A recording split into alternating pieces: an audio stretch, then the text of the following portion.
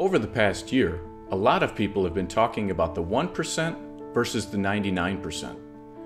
But if you're concerned about one class exploiting another for economic gain, that's the wrong way to look at the problem. The protesters are right about one thing. There are gross class inequities in America. There is one class that works more hours per day, more days per year, and for more years of their lives. They have less job security, they pay more for health coverage, and their retirements are not guaranteed. Their incomes are determined by job performance, limited by economic reality, and tied to the fortunes of their employers. This is the private sector producer class. Part of what private sector workers produce is taken for the benefit of another class, the government class. The government class plays by a different set of rules, dictated by unions and implemented by the politicians they help elect. For government union members, income is not determined by job performance, but by how many years they've managed to stick around. They work fewer hours, get more vacation time, and make more money than their producer class colleagues. They get better health coverage, and it costs them less. The government class retires at an earlier average age, and with a pension providing a guaranteed income, something fewer than 1 in 10 producer class workers enjoy. In Wisconsin, the government class makes up 14% of the population, exploiting the other 86%, the producer class. The average Wisconsin state employee makes about $70,000 annually in salary and benefits, while the private sector workers, whose taxes pay for it, earn about $15,000 a year less. Talk about income disparity. The government class is powerful because government employees are members of unions that contribute heavily to political campaigns. And in Wisconsin, no single group funnels more money into politics than teachers' unions.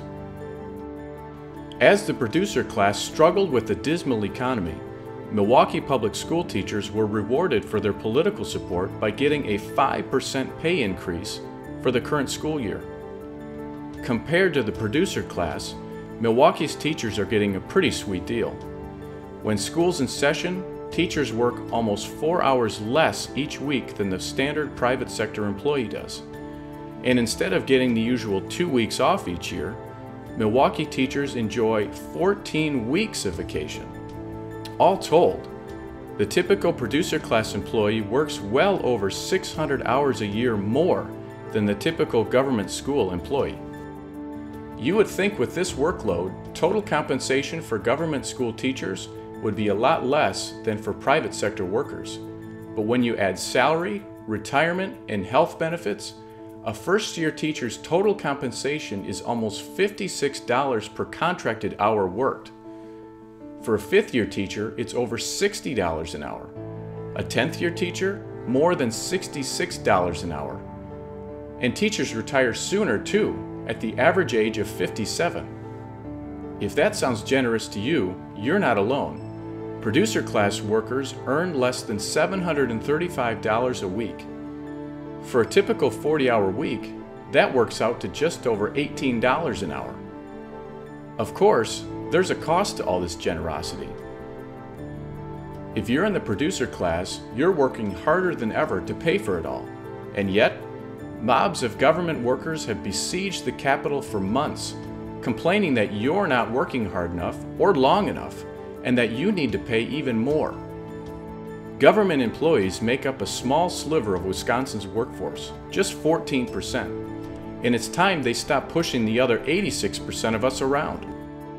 Next time you see government employees demanding that you sacrifice even more for them, remind them that a public servant is supposed to serve the public, not turn the public into their servants.